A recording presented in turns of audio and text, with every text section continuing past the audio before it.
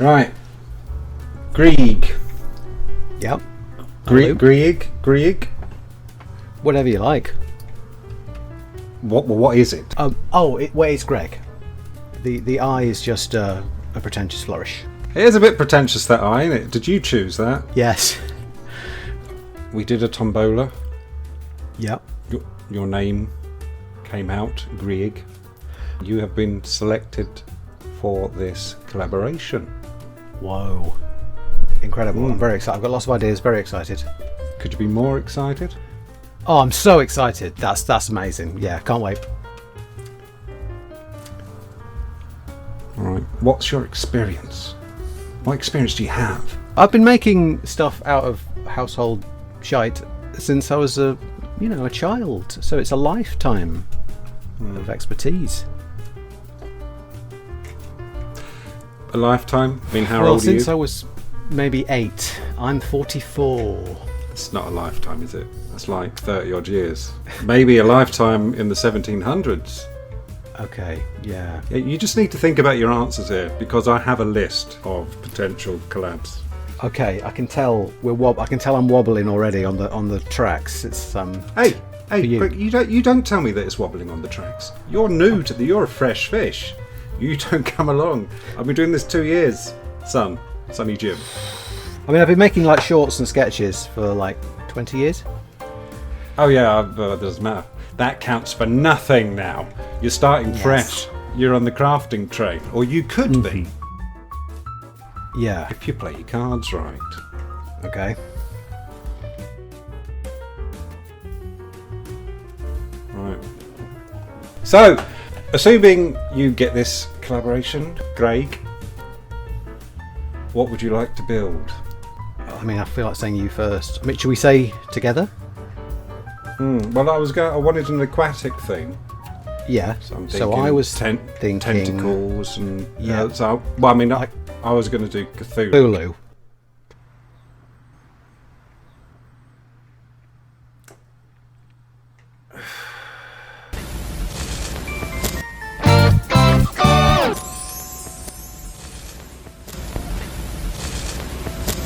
Hello. You know what? He can have Cthulhu because he very kindly made this ident. MCK! Well, that be a thing of beauty. Thank you very much, Greg. Greg Johnson is a crafting YouTuber. We're doing a collaboration today. We're both going for an aquatic themed mutant cyborg kaiju. And I'm going to start with this bubblegum bottle. I bought this bottle of gum for my daughter. She was 6 at the time. I think it starts with gum, then goes on to cigarettes, then drugs, and inevitably the streets. It's kind of a rebellious thing for a 6-year-old to chew gum. So she had a few, and then I thought, no, we're going to nip this in the bud.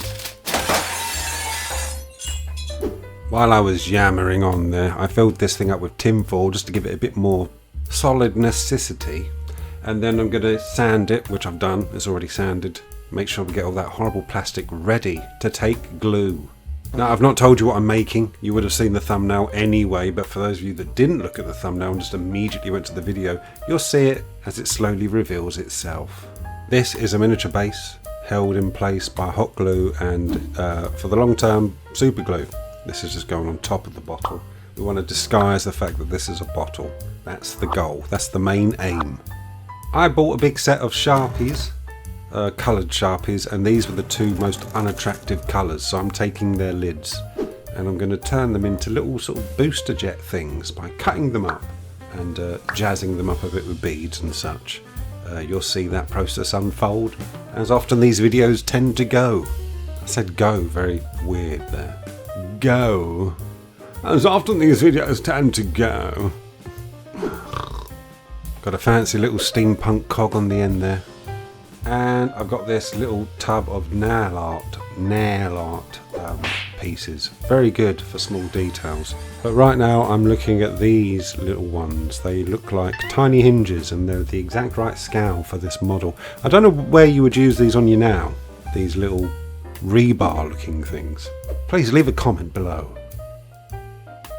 Using some little squares of styrene, I've made little flappy flap bits on the boosters, and once they've been detailed up a bit more, attach them to the side of the bottle These are like the jetpack things that wouldn't work in real life, but what would? Nothing actually works in real life.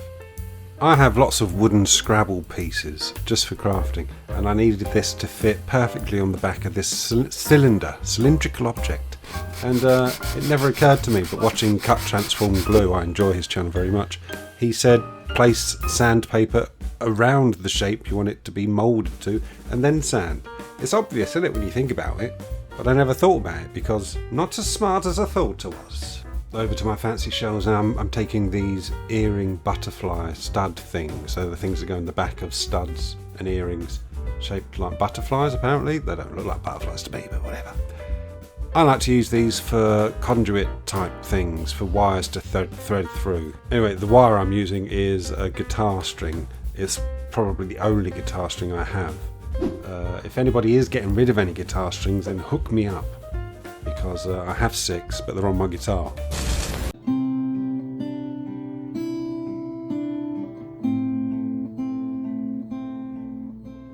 I don't know you, but I want you. It's time to break out the old staple, which is in fact not a staple, it is a paperclip. A plastic coated paperclip. I'm going to use 3 of these, one on the top of this little backpacky looking thing, and then a couple on the side like big old jug ears. And I feel like I should mention, as this project goes on, I will be adding random bits that are from model kits, i.e. this pile here. I'm not going to show every single bit because you won't have the bits, or you may have the bits or you might not. So that's assuming you're building this with me. I don't think anybody actually does that. But there's going to be lots of random model bits added to this thing. I'm not lying to you. This whole thing is scratch built. Right? I mean, technically this is Kitbashing as well, isn't it? Well, that brings me to my point. For those of you that don't know what MCK is, it's Mutant Cyborg Kaiju. What I tend to do is I like to add a bit of scratch building, kitbashing and sculpting all together. I like to call it sculpting. I've added a deodorant lid to the bottom here, and I can't quite cut this off with clippers, so I'm getting out the old art shiv and stabbing it dangerously until it abides. Obey me, or I'll stab you some more. Once I've been obeyed, I've added lots of little extra little bits on the thing. Little nail art things, little bits from model kit, little random crap. But this isn't crap, this T-junction pipe thing. This is going to be for something later on. You just have to hang around to see what this bit is for. If you want. You could probably see it on the thumbnail, if the photo's clear enough. But that's future things. For me at least, not you. I mean me right now. Every now and then I will add panels of styrene sheets to this thing. Just like I did done on the front of it right there. I'm making an escape hatch type valve thing to go on top of it because it's round, and whenever there's a nice round surface I feel like a hatch belongs there. And then it's time to break out the tiny little spherical bead things to do some rivets. Enjoy.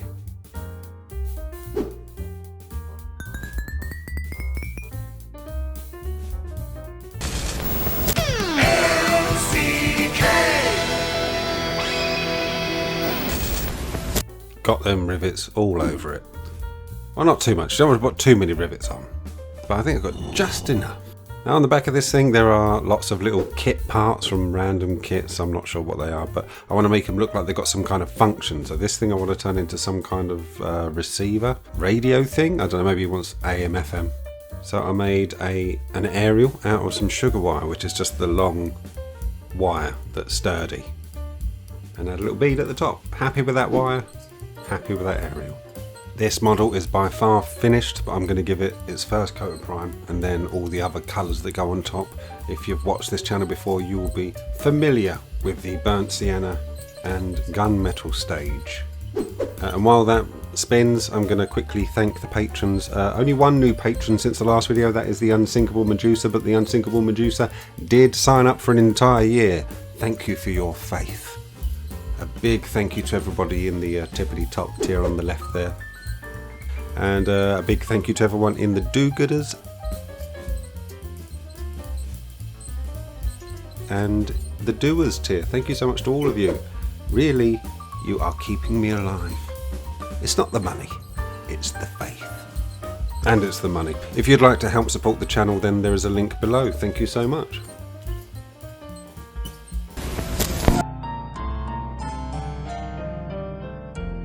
Sculpting. Sculpting. It's time to break out my giant case of clay. I keep all my clay inside this big metal suitcase, assuming that it's airtight. I don't think it is. But I'm not going to move them all from this box to another box. They're in there now. Anyway, I'm going to go for this Cernit translucent clay. That's the only clay I'll be using today, if you don't count Bacon Bond. Now, you all know what I'm making, I think. You saw the thumbnail, but if you don't, I'm making a jellyfish. Alright, there, I've said it. It's a jellyfish. Greg is making Cthulhu, I'm making a jellyfish. But I can promise you it's the best goddamn jellyfish you've ever seen. Apart from the real jellyfish. It's the best model of a jellyfish that you've seen made out of junk. I can promise you that. Goddamn guarantee you that.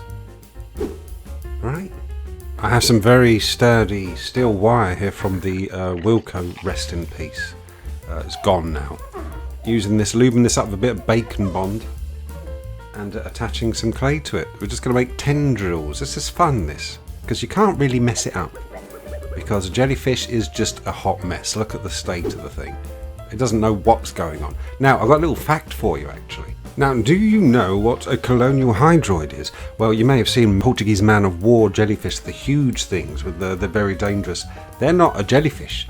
They're a colony of tiny individual animals, all working together in harmony. That's nice, isn't it? Now imagine being part of this colony and they're like, right, you're going to be the bumhole. I don't know if man of wars have buttholes, but the equivalent. Right, we're going to pass the shit right past your face. That's your job. Nature is beautiful.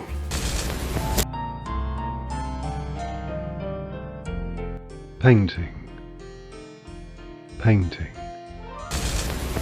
Now, when it comes to painting translucent clay, I like to use speed paints. They're pretty good. They're translucent enough. The light comes through. You get a nice sort of blend of colours, and it works out pretty well. See for yourself by watching this video that I made for you. The great thing about making a jellyfish is you can just go crazy with the colour. That was the juxtaposition I wanted. I wanted a very boring metallic looking head, but lots of bright colours going on underneath, coming out of its butt.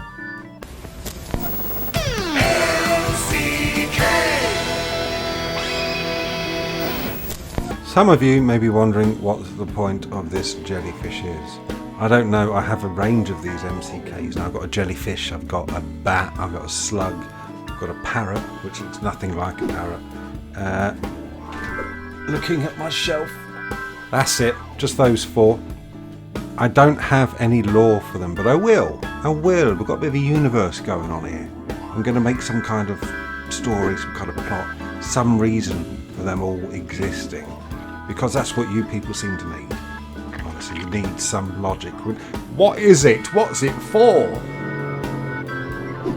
Jesus, do you hear that? That's a plane. Is that one of you? I've added some extra tentacles there. Now, I've got the core, the brightly coloured core, then I've got the three main tentacles coming off the thing, and then I want to make lots of little flailing tentacles. Like I say, hot mess. These things are just all over the place.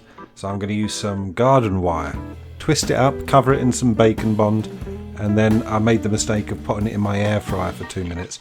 The smell was terrible. Don't do this. If there's a way, do it with a heat gun or something like that, or use wire that doesn't have plastic coating on it. That was my mistake. But I suffer so you can enjoy.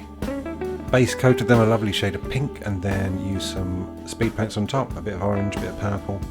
And look at that, lovely little blend there. And at this point I was very much looking forward to attaching these to the jellyfish. Look, I'm very happy with that. That looks pretty. That's like a watercolour painting there. This might sound like I'm bragging, yo, but I don't care, bro.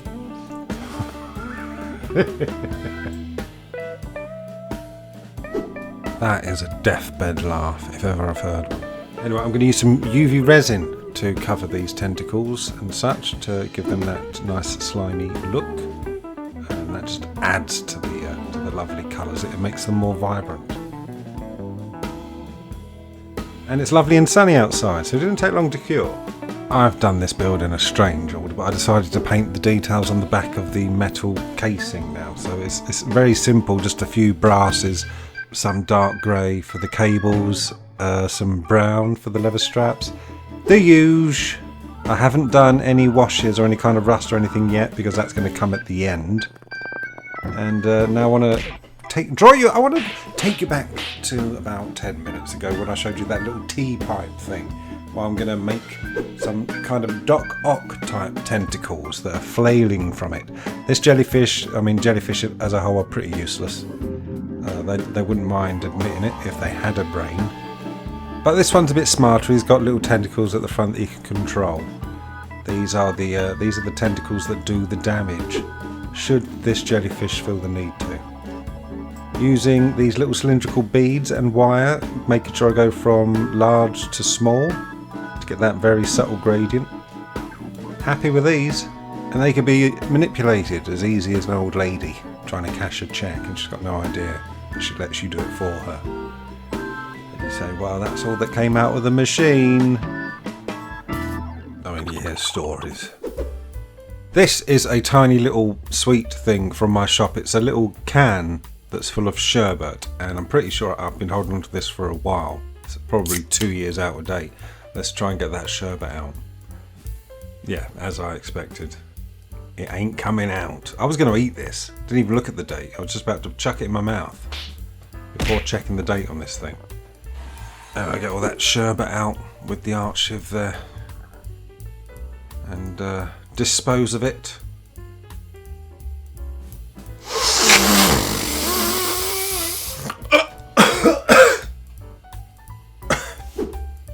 Yeah, it's sherbet.